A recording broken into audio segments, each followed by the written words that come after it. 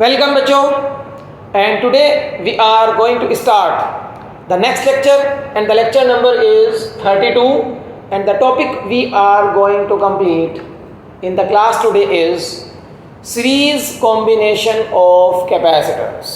अब यहाँ से हमको सीखना है कि आप कैपेसिटर्स को किस किस तरीके से आपस में कंबाइन कर सकते हो।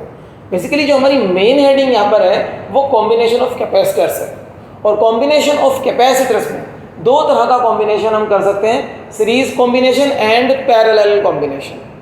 नाम आपको सुना हुआ सा लग रहा होगा, क्योंकि ये सब चीज़ें आपने 10th क्लास में करंट इलेक्ट्रिसिटी के चैप्टर में भी की थी, जहाँ पर हमने किया था कॉम्बिनेशन ऑफ रेजिस्टेंसेस में series combination of resistances and parallel combination of resistances. आपको याद होगा सीरीज कॉम्बिनेशन में इस तरीके से आप दो या दो से ज़्यादा रेजिस्टेंसेस को ज्वाइन करते थे, रेजिस्टेंसेस R1, R2, R3, है ना। और इसके लिए इक्विवेलेंट रेजिस्टेंस, मान लो A पॉइंट से लेकर B पॉइंट तक आपको इक्विवेलेंट रेजिस्टेंस बताना है, तो इसका एक फॉर्मूला भी आता था, R1 plus R2 plus R3, मतलब रेजिस्टेंसेस को ऐसे ही ऐड कर दिया। और parallel resistances, parallel combination of resistances में कुछ इस तरीके से हम रेजिस्टेंसेस को कंबाइन किया करते थे, लाइक दिस, एक पैरेलल लाइन जैसा। डिटेल में आज मैं आपको बताऊंगा क्या होता है पैरेलल कॉम्बिनेशन। एंड ए और बी पॉइंट के बीच में अगर आपको ये बताना है कि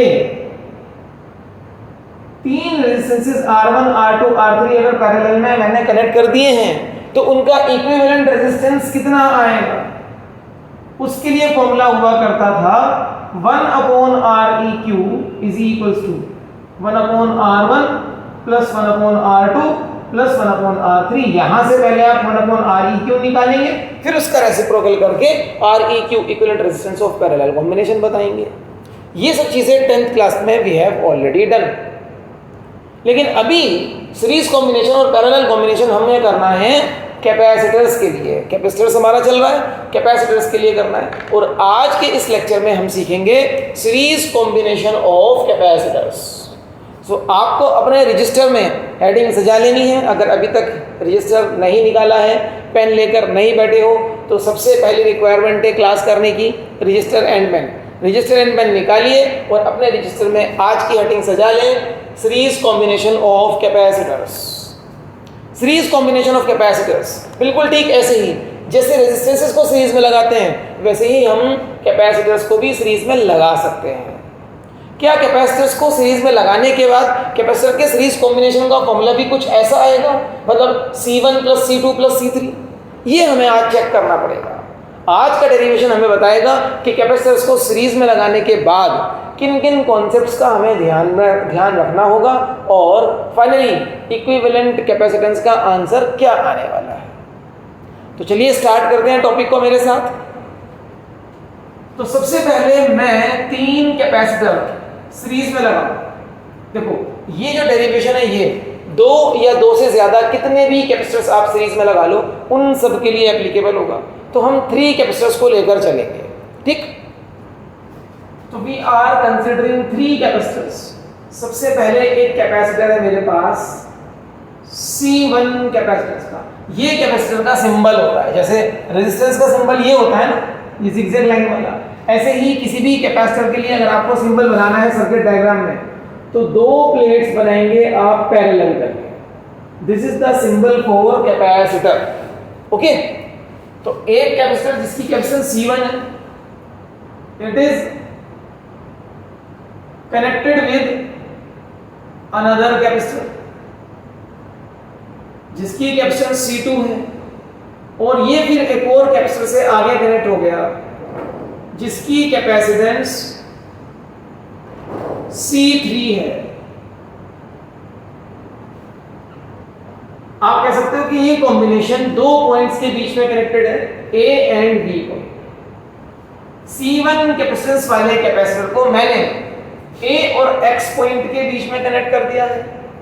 C2 कैपेसिटेंस वाले कैपेसिटर को मैंने X और Y पॉइंट्स के बीच में कनेक्ट किया है। और C3 कैपेसिटेंस वाले कैपेसिटर को मैंने Y और B पॉइंट्स के बीच में कनेक्ट कर दिया है।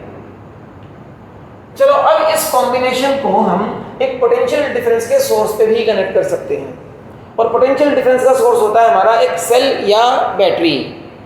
तो मैं इस कॉम्बिनेशन को पोटेंशियल डिफरेंस के सोर्स पे कनेक्ट कर दूंगा लाइक दिस, हायर पोटेंशियल इधर, लोअर पोटेंशियल इधर।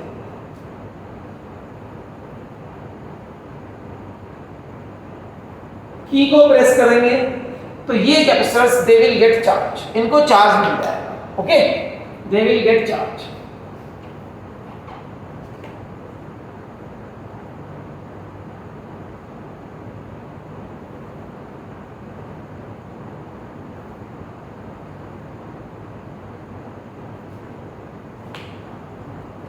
सीरीज कॉम्बिनेशन में हमें क्या ध्यान रखना है, किसे बोलते हैं series combination?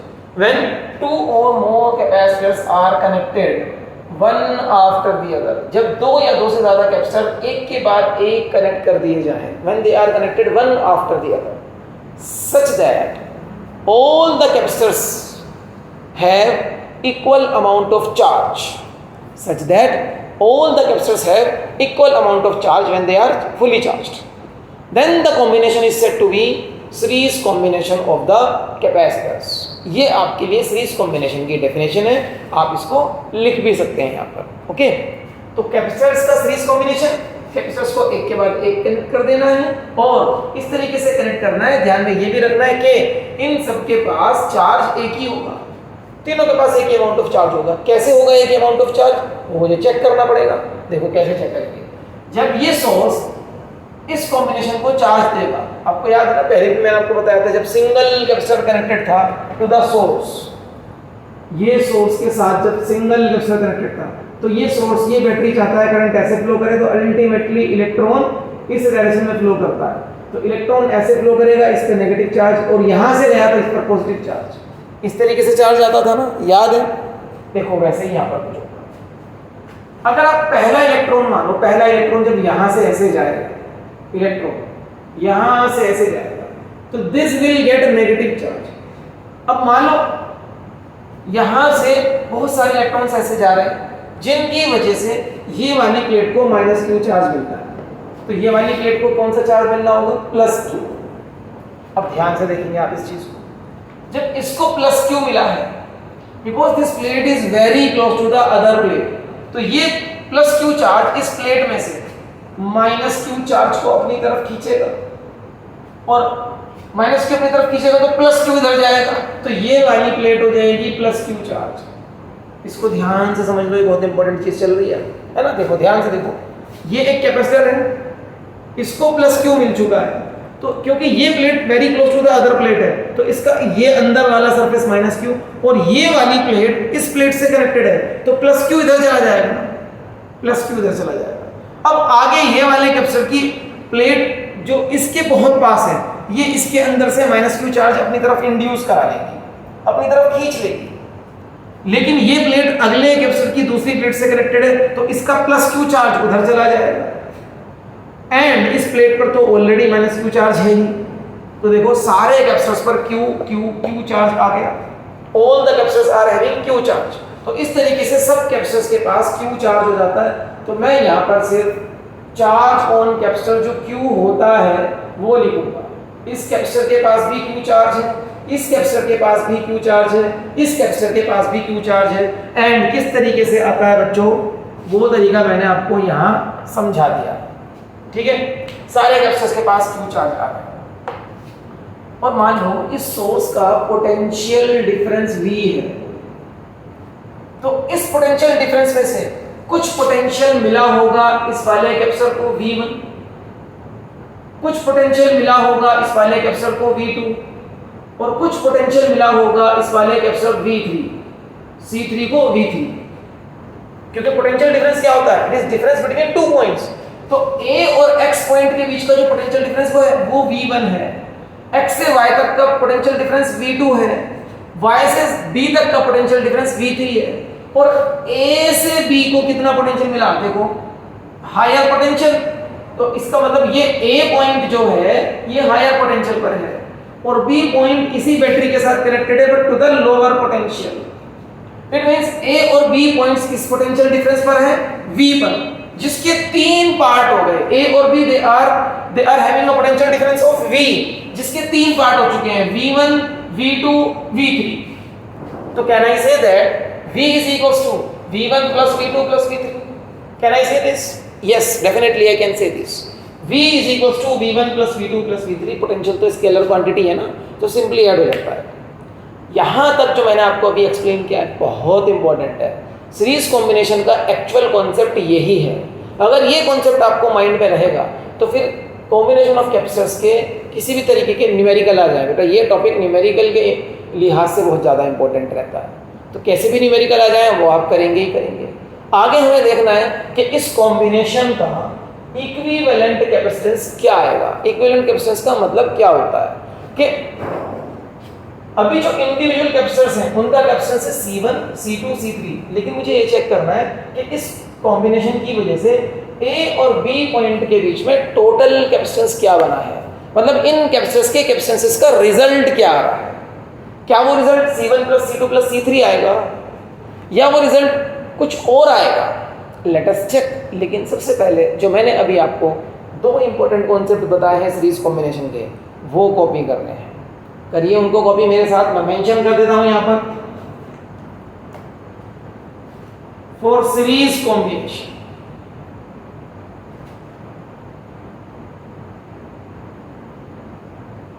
For series combination, first point,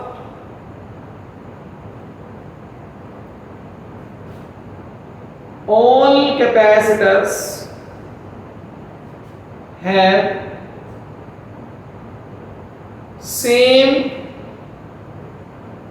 amount of charge। सबको सेम चार्ज मिलेगा, मान लो Q है अभी वो यहां पर, Q Q Q, ठीक है। Second important point, potential difference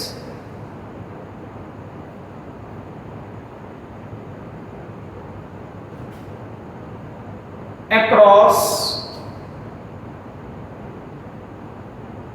different capacitors may be different, and potential difference across any capacitor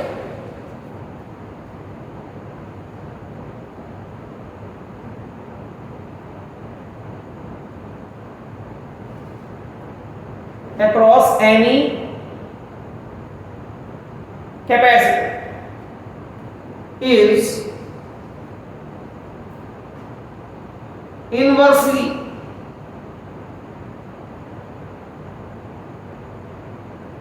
proportional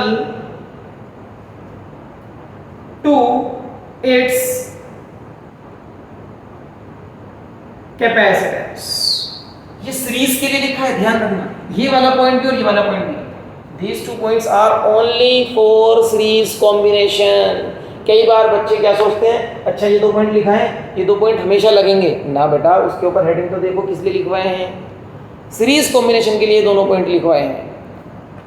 जितने भी कैपेसिटर सीरीज में लगे होंगे उन सब पे चार्ज सेम रहेगा, सीरीज कॉम्बिनेशन की एक पहचान।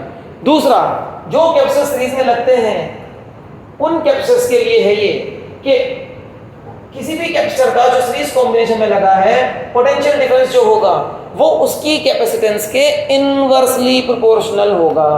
मतलब इस सीरीज कॉम्बिनेशन में C1 C2 C3 में से जिसका कैपेसिटेंस सबसे ज्यादा है उसको सबसे कम पोटेंशियल डिफरेंस मिलेगा। इसके अकॉर्डिंग आप कह सकते हो कि ये चीज आएगी, V is inversely proportional to C। अच्छा ये आया कहां से, V is inversely proportional to C आया कहां से, ये भी आपको समझा दिया जाएगा। देखो ध्यान से, एक फॉर्मूला है Q is equals to CV। ये हमेशा लगेगा कैपेसिटर पर, हमेशा।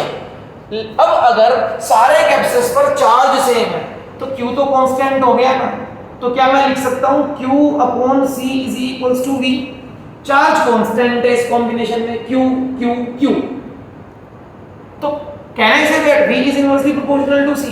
कि अब इस कॉम्बिनेशन में जिसका कैपेसिटेंस सबसे ज्यादा होगा उसको सबसे कम पोटेंशियल मिलेगा, जिसका कैपेसिटेंस सबसे कम होगा उसको सबसे ज्यादा पोटेंशियल मिलेगा। ये हम बोल सकते हैं आराम से इजीली, ठीक है। तो ये रिलेशन यहीं से आया है। तो it means I can say that कि V1 जो है वो Q/C1 है। ध्यान से देखो, इस फॉर्मूले को मैं तीनों कैपेसिटर पे अप्लाई कर सकता हूं ना। V1 जो है वो Q/C1 है, V2 Q/C2 है, V3 Q/C3 है। इसका मतलब यही हुआ, it implies V1 is equals to Q1/C1, V2 is equals to Q/C2 and V3 is equals to Q/C3। और साथ में हम ये भी कह सकते हैं कि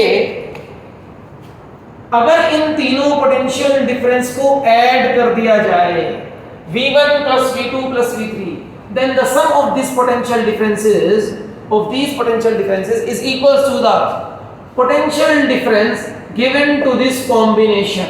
इस कॉम्बिनेशन को कितना पोटेंशियल डिफरेंस मिला? V is equals to potential difference given to series combination, given to this series combination। ये इंपॉर्टेंट पॉइंट हमें मिले दो। These are the two important points। तो अभी आपका काम यहां पर क्या रहेगा? आगे बढ़ने से पहले मैं चाहूंगा कि यहां पर आप इस वीडियो को अभी पॉज करें, डायग्राम ड्रॉ करें, जो सीरीज कॉम्बिनेशन की डेफिनेशन मैंने बोली थी वो ज़रूर नोट करें, और उसके बाद ये दो कॉन्सेप्चुअल पॉइंट्स नोट करें, तभी हम इस लेक्चर में आगे बढ़ेंगे। By the time I will take a screenshot for you.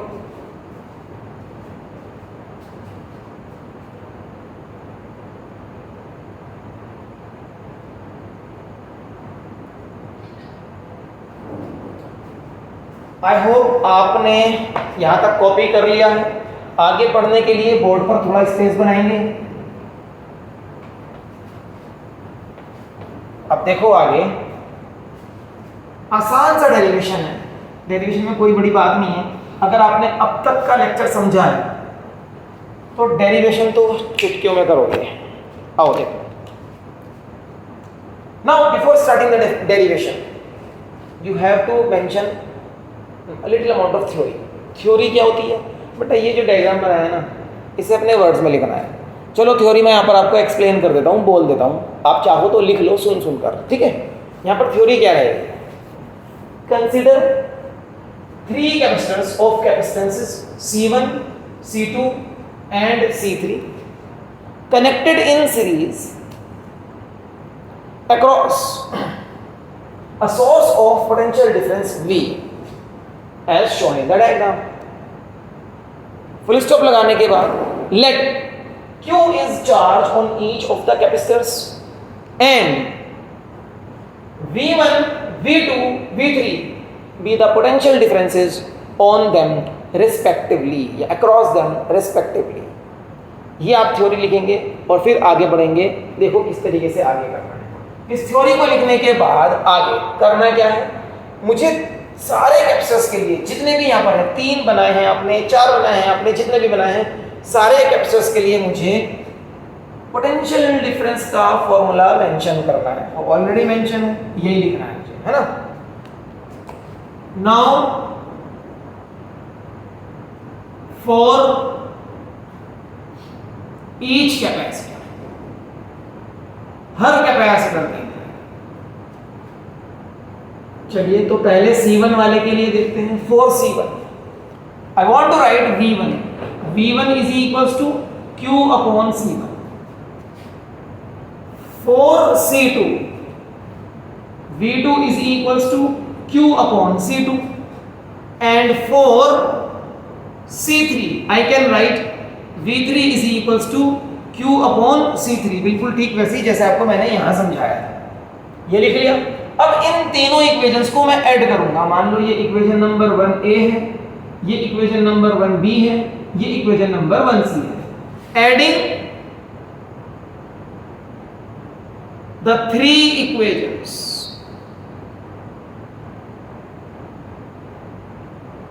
we get, क्या मिलेगा हमें? देखो इधर v1 plus v2 plus v3 मिलेगा, v1 plus v2 plus v3, और इधर is equals to q upon c1 plus q upon c2 plus q upon c3। Now what is v1 plus v2 plus v3? ये मैंने आपको यहां explain किया था। v1 plus v2 plus v3 is total potential difference given to this series combination, और वो कितना है अभी? v। जरूरी नहीं कि वो उतना ही हो जितना सेल का पोटेंशियल डिफरेंस है, ये कुछ और भी हो सकता है। तो आपको ध्यान से डायग्राम से चेक करना पड़ेगा कि वो कितना है। अभी हमारे लिए इस कॉम्बिनेशन में total potential difference given to this combination between A and B, ध्यान से देखो वो कितना है? v। ऐसे हर बार ध्यान से देखना होगा आपको। तो मैं v1 plus v2 plus v3 की जगह क्या लिख सकता हूं? Capital V। इधर मैं q कॉमन ले लूंगा, 1 upon c1 plus 1 upon c2 plus 1 upon c3। इस q को इधर लाया जा सकता है, तो ये बन जाएगा v अपॉन q। चलिए लेकर आते हैं।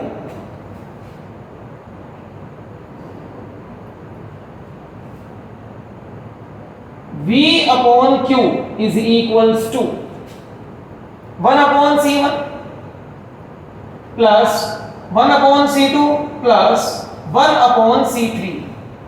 अब ध्यान से देखो कि ये v अपॉन q, ये चीज, ये v अपॉन q, ये क्या है? इसको ध्यान से देखना है। What is this v upon q? q is total charge given to this combination and v is total potential difference given to this combination। अगर आप ध्यान से देखो, याद करो ये वाला formula q is equal to cv, तो मैं कह सकता हूं कि q upon v is equal to c होता है। What is q? q is the total charge of this combination and v is total potential difference across this combination. कह सकते हो कि जब मैंने इस कॉम्बिनेशन को पोटेंशियल डिफरेंस v दिया, तो इस सोर्स ने यहां इस कॉम्बिनेशन में q चार्ज सप्लाई करा। तो q और v को रिलेट करने के लिए I can have c as constant of proportionality। Capacitance की डेफिनेशन पे जाओ यहां से, तो it means this c is nothing but the equivalent capacitance। ये इक्विवेलेंट कैपेसिटेंस है। q upon v is equivalent capacitance. तो v अपॉन q अगर कहीं मिल जाए तो उसे क्या बोल सकते हो? 1 upon c। If q upon v is c, then v upon q दोनों तरफ रेसिप्रोकल कर दो, that will be 1 upon c। तो आप यहाँ पर यही कह सकते हैं, v upon q की जगह मैं लिखने वाला हूँ 1 upon c equivalent is equals to 1 upon c1 plus 1 upon c2 plus 1 upon c3, and this is the final formula। This is the final formula where CEQ is equals to CEQ किसकी जगह आ रहा है? q upon v। देख लो ध्यान से, q upon v की जगह आ रहा है। q अपॉन v इज, इसको बोलते हैं इक्विवेलेंट या resultant, is equivalent capacitance of series combination. It is equivalent capacitance of series combination। It means अगर आप 3 या 2 से ज्यादा कितने भी कैपेसिटर्स सीरीज में लगाओगे और चाहते हो कि उनका इक्विवेलेंट कैपेसिटेंस कितना आया ये कैलकुलेट करना चाहते हो, तो ये फॉर्मूला लगाना होगा। ये फॉर्मूले के लिए अगर कोई स्टेटमेंट दें तो वो क्या दे सकते हैं? रेसिप्रोकल ऑफ द, देखो ये CEQ का फॉर्मूला नहीं है, ये 1/CEQ का फॉर्मूला है। तो 1/CEQ को मैं क्या कह सकता हूँ? Reciprocal of the equivalent capacitance। So the reciprocal of the equivalent capacitance of a series combination is equals to, लिखते भी रहिए आप, है ना, सुनकर लिख भी लें। The reciprocal of the equivalent capacitance of the series combination is equals to the algebraic sum, बीच में क्या आ रहा है? सम आ रहा है ना, the algebraic sum of the reciprocal of individual capacitances। The reciprocal of individual capacitances ये स्टेटमेंट इस फॉर्मूले को डिफाइन करता है, डिस्क्राइब करता है, एक्सप्लेन करता है। क्या बोला मैंने? देखो ध्यान से सुन लो, बड़ी आसान सी भाषा में बताते हैं कि जो भी इंडिविजुअल कैपेसिटेंसेस हैं, अगर आप उनका रेसिप्रोकल कर दोगे, 1/C1 कर दो, 1/C2 कर दो, 1/C3 कर दो और उन्हें ऐड कर दो, फिर उन्हें ऐड कर दो, तो जो आपको मिलेगा वो क्या होगा? वो जो इक्विवेलेंट कैपेसिटेंस है सीरीज कॉम्बिनेशन का, उसका रेसिप्रोकल मिल जाएगा। ये है इस तरीके से इस फॉर्मूले का explanation. So by now we have completed the derivation for the series combination of capacitors. और ध्यान से देखोगे अगर ये फॉर्मूला, तो ये फॉर्मूला आ गया कुछ वैसा ही जैसा पैरेलल कॉम्बिनेशन ऑफ रेजिस्टर्स का था। वैसा फॉर्मूला आ गया ना, जैसे पैरेलल कॉम्बिनेशन ऑफ रेजिस्टर्स में होता था। तो जब हम पैरेलल कॉम्बिनेशन ऑफ कैपेसिटर्स करेंगे, आपकी जिज्ञासा को शांत कर देता हूं, जब हम पैरेलल कॉम्बिनेशन ऑफ कैपेसिटर्स करेंगे तो फॉर्मूला वो वाला आएगा जो रेजिस्टर्स के लिए सीरीज का आंसर होता था। तो आप कह सकते हो कि रेजिस्टेंसेस के सीरीज और पैरेलल कॉम्बिनेशन के आंसर्स यहां पर कैपेसिटर्स के लिए पलट जाते हैं। उसका सीरीज का आंसर यहाँ पैरेलल में लगेगा और उसका पैरेलल का आंसर यहाँ सीरीज में लग जाता है।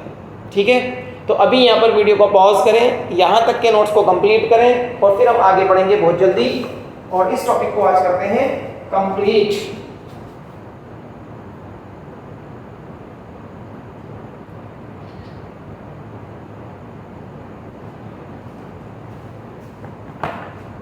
आई होप यहाँ तक आप कर चुके हो। चलो आगे थोड़े से यहाँ पर कुछ स्पेशल केसेस भी हैं, वो स्पेशल केसेस देखने हैं, उसके लिए हम यहाँ पर थोड़ा स्पेस बनाएंगे।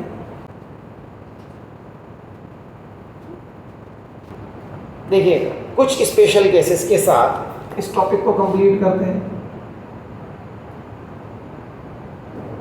स्पेशल केसेस, पहला स्पेशल केस,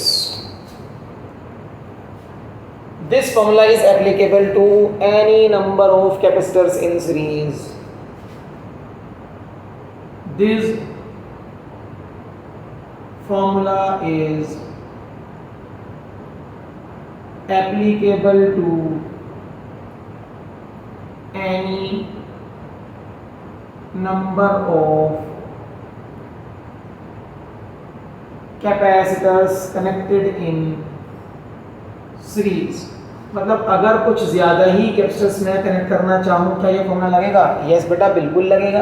आप 3 कैपेसिटर लगाओ, आप 30 कैपेसिटर लगाओ, आप 300 लगाओ या उससे भी ज़्यादा लगाओ, सब पर लगेगा। अगर मैंने n कैपेसिटर्स लगाए तो 1/C1 plus 1/C2 plus 1/C3 करते करते 1/Cn तक जाओ, कोई दिक्कत नहीं है। n कितना भी लार्ज नंबर हो सकता है। 100 है 1/C100, 1000 है 1/C1000, कहीं तक भी जा सकते हैं, कोई दिक्कत नहीं है। दूसरा स्पेशल केस, अगर मैंने जितने भी कैपेसिटर्स लगाए हैं उन सबकी कैपेसिटेंस सेम हो जाए, मतलब इसकी कैपेसिटेंस भी C हो जाए, इसकी भी C हो जाए, इसकी भी C हो जाए, सबकी C हो जाए, तो फिर आंसर क्या आएगा देख लेते हैं। If all capacitors have same value of capacitance,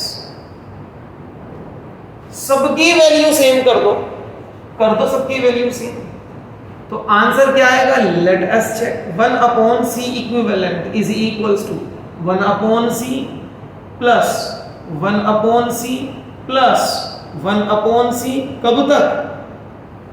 कितने हैं ये? n है ना, तो कितनी बार लिखना होगा इसको? n टाइम्स लिखना होगा, n टाइम्स। अब ये सॉल्व करके क्या आएगा बेटा? ये आएगा सॉल्व करके n टाइम्स लिखा है ना, 1 1 1 कितनी बार लिखा है? n बार लिखा है, तो n/C आएगा। नहीं आया समझ में? चलिए मैं समझाता हूं। अगर मैं इसको 5 बार लिखता, चलो लिख कर दिखाता हूं। अगर मैं इसको 5 बार लिखता तो अब बताओ आंसर क्या आएगा? नीचे तो C LCM रेडी है, ऊपर 1 + 1 + 1 + 1 + 1 5 हो जाएगा, 5 हो जाएगा। अगर मैं इसको 10 बार लिखता तो आंसर क्या हो जाता? 10/C। ऐसे ही अगर मैं इसको n टाइम्स लिखूंगा तो आंसर क्या हो जाएगा? n/C। सिंपल है। तो अगर मैंने इसको n टाइम्स लिखा है, n टाइम्स लिखा है, तो आंसर हो जाएगा n अपॉन सी। लेकिन मुझे c इक्विवेलेंट चाहिए या 1 अपॉन सी इक्विवेलेंट चाहिए? मुझे तो फाइनली c इक्विवेलेंट चाहिए। तो लास्ट में इसका रेसिप्रोकल करके आंसर देना मत भूलना। तो अगर 1 upon C equivalent n upon C है तो c इक्विवेलेंट क्या बन जाएगा? c अपॉन n, ये बन जाएगा c अपॉन n। ठीक, वेरी इंपॉर्टेंट फॉर्मूला याद रखिएगा कि अगर सारे कैपेसिटर्स एक जैसी कैपेसिटेंसेस के हों तो उन्हें आप सीरीज में लगाने पर सीधा सीधा यहां से इक्विवेलेंट कैपेसिटेंस बता सकते हो, c अपॉन n कर देना। फॉर एग्जांपल मैंने 10 माइक्रोफैरेड के 5 कैपेसिटर्स लगाए तो 10 microfarad upon 5, 2 microfarad is the answer for equivalent capacitance. 10 microfarad के 5 कैपेसिटर्स लगाए और आंसर क्या है इक्विवेलेंट कैपेसिटेंस का? 2। तो एक चीज और मिल गई कि जब आप सीरीज में कैपेसिटेंसेस लगाते हो तो इक्विवेलेंट कैपेसिटेंस जो होता है वो कम हो जाता है। कितना कम हो जाएगा बेटा? कॉम्बिनेशन में जिसकी वैल्यू भी सबसे कम होगी, C1 C2 C3 जितने भी हैं, जिस कैपेसिटर की वैल्यू भी सबसे कम होगी, इक्विवेलेंट कैपेसिटेंस उससे भी कम आएगा। इक्विवेलेंट कैपेसिटेंस उससे भी कम आएगा। तो again a very important lesson जो मैं आपको यहाँ पर देने वाला हूँ, आगे इसको रब कर दें। चलो ये चीज मैं आपको यहाँ पर बताता हूँ। सीरीज कॉम्बिनेशन के लिए, series combination equivalent capacitance is less than the capacitance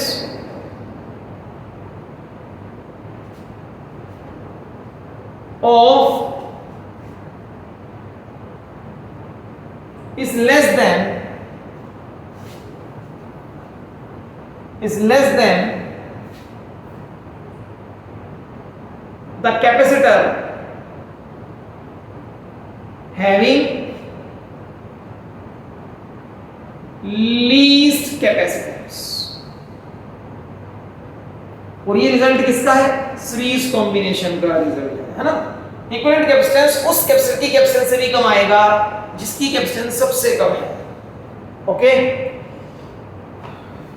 इसके बाद एक और हमारे पास इंपॉर्टेंट स्पेशल केस अभी बचा हुआ है, और वो स्पेशल केस है अगर सिर्फ और सिर्फ 2 कैपेसिटर्स लगे हो, सिर्फ 2 कैपेसिटर्स लगे हो, जैसे n है ना, ये n सिर्फ 2 लगे हो, तो क्या मैं उनका फाइनल आंसर जल्दी से निकाल सकता हूँ? चुटकियों में निकाल सकता हूँ? यस निकाल सकता हूँ। अगर वो चीज़ याद कर ले जो मैं आपको स्पेशल केस नंबर 3 में देने वाला हूँ। देखो special case number 3, if 2 capacitors are in series, series के लिए है ये, ठीक है, सीरीज के लिए, तो C इक्विवेलेंट होगा 1 upon Ceq is equals to 1 upon C1 plus 1 upon C2। ये फॉर्मूला बस यहां तक लिखना होगा। एलसीएम करो, इसको सॉल्व करके Ceq निकालते, तो एलसीएम आएगा C1 C2 C2 plus C1, और मुझे Ceq चाहिए ना, मुझे 1 अपॉन Ceq नहीं चाहिए, फाइनली मुझे Ceq चाहिए। तो इसका भी रेसिप्रोकल करो, इसका भी रेसिप्रोकल कर दो, फाइनली Ceq हो जाएगा C1 C2 upon C1 plus C2। अब ये मैंने कैसे याद करना है? देखो ध्यान से कैसे याद करेंगे इसको। C1 C2 मतलब दोनों कैपेसिटर्स का प्रोडक्ट, C1 प्लस C2 मतलब दोनों कैपेसिटर्स की कैपेसिटेंस का सम। तो मैं तो ये फॉर्मूला ऐसे याद करूंगा कि अगर 2 कैपेसिटर सीरीज में लगे हैं तो उनकी इक्विवेलेंट कैपेसिटेंस आती है प्रोडक्ट अपॉन सम, प्रोडक्ट अपॉन सम। चेक करें छोटे से एग्जांपल के साथ। देखो अगर मेरे पास एक कैपेसिटर है ये और दूसरा कैपेसिटर है ये, इस कैपेसिटर की वैल्यू है 6 माइक्रोफैरेड, इस कैपेसिटर की वैल्यू है 3 माइक्रोफैरेड, मान लो ये C1 ये C2, सीरीज कॉम्बिनेशन है। बताओ इस सीरीज कॉम्बिनेशन का आंसर A और B पॉइंट के बीच में क्या आएगा? इक्विवेलेंट कैपेसिटेंस क्या आएगी? ट्राई करो, प्रोडक्ट अपॉन सम। 6 3 18, अपॉन सम 6 + 3 9, 18/9 2, क्योंकि यूनिट माइक्रोफेरेड है तो आपकी यूनिट भी क्या आएगी माइक्रोफेरेड। हो गया चुटकियों में आंसर।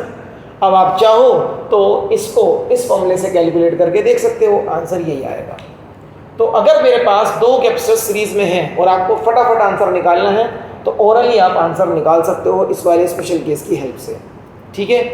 तो ये चीज़ आप स्पेशल केसेस कॉपी करें अपने रजिस्टर में, अभी यहाँ पर वीडियो को पॉज करके, और हम इस वीडियो को लास्ट करेंगे एक न्यूमेरिकल करके, क्योंकि ये टॉपिक न्यूमेरिकल टॉपिक रहता है ज़्यादातर। तो यहाँ से किस तरह का न्यूमेरिकल बन सकता है उसको सीखने और करने के लिए आज आपको मैं एक बेसिक न्यूमेरिकल करा के जाऊँगा और इस क्लास को कर देंगे फिर हम फिनिश। आई होप आपने अभी तक ये सब कुछ नोट कर लिया है। एक जाते जाते न्यूमेरिकल भी देख लेते हैं।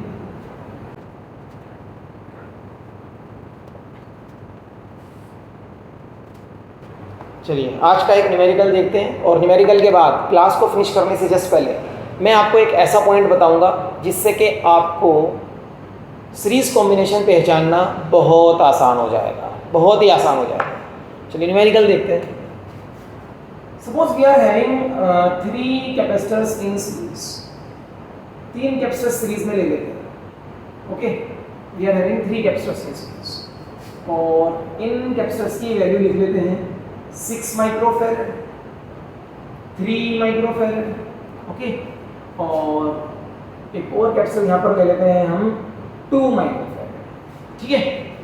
और A से लेकर B पॉइंट के बीच में इनको सीरीज में लगा दिया गया है, और साथ में एक बैटरी से इनको हमने पोटेंशियल डिफरेंस दिया, और बैटरी का पोटेंशियल डिफरेंस है यहाँ पर 10 वोल्ट्स। 10 वोल्ट्स की बैटरी से हमने इनको पोटेंशियल डिफरेंस प्रोवाइड करा दिया।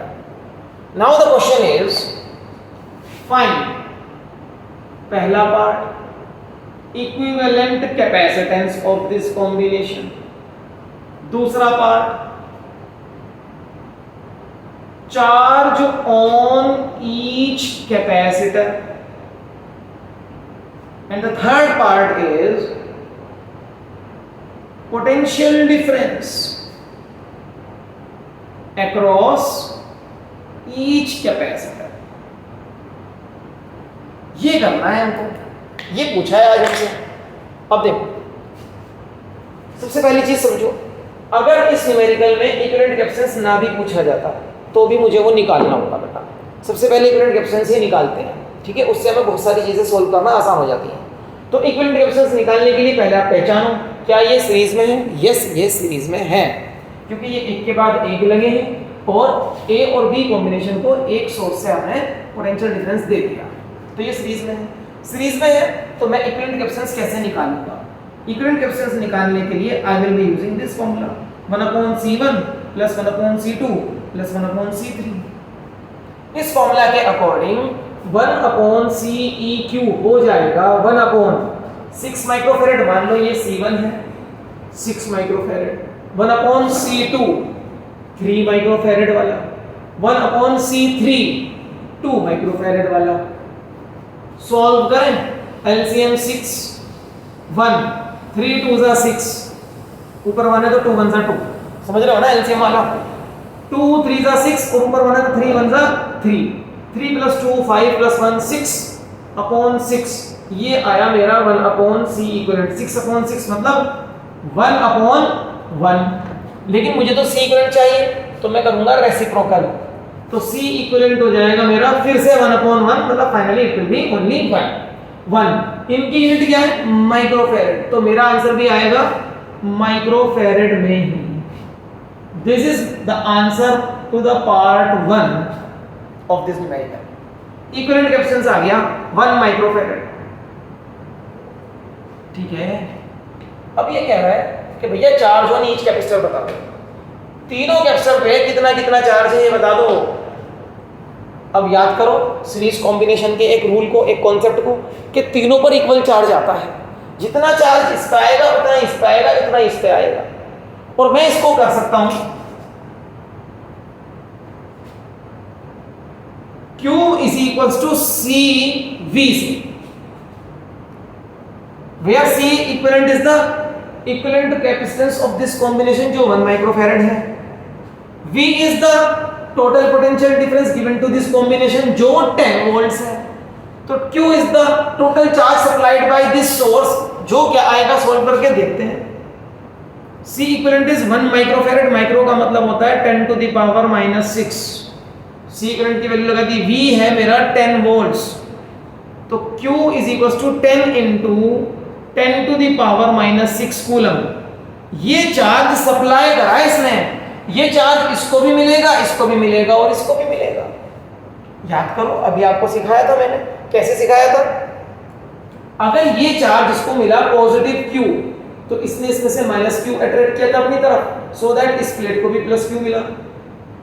आप अगर इसको डिटेल से देखना चाहते हो तो इस लेक्चर के स्टार्टिंग में पहुंच जाओ, फिर से बड़ी डिटेल से मैंने यहाँ डायग्राम बनाकर समझाया है ना, भूले तो नहीं हो। अब ये पॉजिटिव हो गई प्लेट, तो ये इसमें से -Q चार्ज इधर अट्रैक्ट करेगा तो उधर +Q पहुंचेगा। क्योंकि देखो आप इसको ऐसे समझना यार कि ये वाले कॉम्बिनेशन, ये जो इतना कॉम्बिनेशन है, ये इतना, इसको देखो, अगर इस कॉम्बिनेशन में से ये इतना कॉम्बिनेशन -Q चार्ज इधर आ रहा है किसी भी वजह से, तो +Q चार्ज बचा वो इधर जाएगा। ऐसे देखो ना, ठीक है? तो सब पर Q चार्ज होगा, तो charge on each capacitor, charge on each capacitor is 10 into 10 to the power -6 coulomb. Coulomb is the SI unit. This is answer to the second part of the numerical. और जब answer आ जाए ना, उनको highlight कर दिया करो या box में डाल दिया करो। एग्जामिनर चेक करता है ना, तो वो आपका पहला स्टेप देखता है, फिर फौरन से लास्ट स्टेप देखता है। अगर दोनों स्टेप ठीक है तो उसके लिए सब कुछ ठीक है। लास्ट स्टेप अगर उसको दिखेगा तो ही तो देखेगा, आप दिखाओगे तो उसे जल्दी दिखेगा, ठीक है ना? अगर बीच में अगर आपने लास्ट स्टेप में गड़बड़ कर दी तो फिर वो आपके स्टेप्स चेक करता है, फिर होती है स्टेप मार्किंग। लास्ट चीज, लास्ट क्या पूछा है बच्चों? पोटेंशियल डिफरेंस पूछा है हर कैपेसिटर का। अब आपने मेरे साथ अभी डेरिवेशन तो करा है ना, और उसमें क्या था? पोटेंशियल डिफरेंस ऑफ C1 क्या था? Q upon C1, Q upon V1। C2 का क्या था? Q अपॉन C2, और C3 का क्या आएगा? Q upon C3। कर दो। Potential difference of C1 V1 is equals to Q upon C1, Q 10 into 10 to the power -6। C1 6 microfarad, micro मतलब 10 to the power -6, ये कैंसिल हो गया। 10 upon 6 volts। Potential difference of C2 V2 is equals to Q upon C2। Q है 10 into 10 to the power -6 upon C2 की value है 3 microfarad, ये भी cancel हो गए। 10 upon 3 volts and potential difference across C3, across बोलते हैं वैसे पोटेंशियल डिफरेंस के लिए, because it is always across the 2 points। तो V3 हो जाएगा, ध्यान से देखो, Q अपॉन C3। अच्छा ये आ कहां से रहा है बेटा? ये आ इससे ही रहा है। V is equal to Q upon इस C को यहां ले आओ, है ना, Q अपॉन C। तो V3 is equal to Q upon C3, और Q तो 10 into 10 to the power -6 है सबके लिए। C3 is 2 microfarad, 10 upon 2 is 5 volts। ये आंसर्स हैं, मैंने इनको हाईलाइट कर दिया। Answer to the part third, answer to the part third, answer to the part third. तो इट मींस ये जो 10 वोल्ट का पोटेंशियल डिफरेंस यहां से इस बैटरी ने दिया है, उसमें से 5 वोल्ट तो इसे मिला। 10 upon 3 मतलब 3.33 वोल्ट इसे मिला, 3.33, और 10 upon 6 मीन्स 10 upon 6 का मतलब हो जाएगा 1.67 वोल्ट इसे मिला है। ऐड करो तीनों को, यू विल गेट 10। और देखो थोड़ी देर पहले आपको बताया था, जिसकी कैपेसिटेंस सबसे ज्यादा होगी उसको सबसे कम पोटेंशियल डिफरेंस मिलेगा, चेक कर लो। और जिसकी सबसे कम है उसे सबसे ज्यादा पोटेंशियल डिफरेंस मिला है, चेक कर लो। हर चीज इस न्यूमेरिकल से जस्टिफाई हो रही है जो आपने आज सीरीज कॉम्बिनेशन ऑफ कैपेसिटर्स के लिए सीखा है। बेटा ये सिर्फ एक बेसिक न्यूमेरिकल नहीं दिया मैंने आपको, इसको एक बार फिर देखो दोबारा से। इस न्यूमेरिकल में सीरीज कॉम्बिनेशन के सारे कॉन्सेप्ट्स आपके आ जाएंगे। बहुत इंपॉर्टेंट न्यूमेरिकल निकाल कर लाया हूँ जो आपको यहाँ पर आज कराया है, ठीक है। तो हल्के में नहीं लेना है, ध्यान से कर लेना है। और यहाँ पर हम आज के लेक्चर को करते हैं फिनिश। नेक्स्ट लेक्चर में क्या आएगा? नेक्स्ट लेक्चर में हम इसी तरीके से सीखेंगे पैरेलल कॉम्बिनेशन ऑफ कैपेसिटर्स। तो आज के लेक्चर को यहीं रोकते हैं, मिलते हैं नेक्स्ट लेक्चर में नेक्स्ट टॉपिक के साथ। Till then bye bye.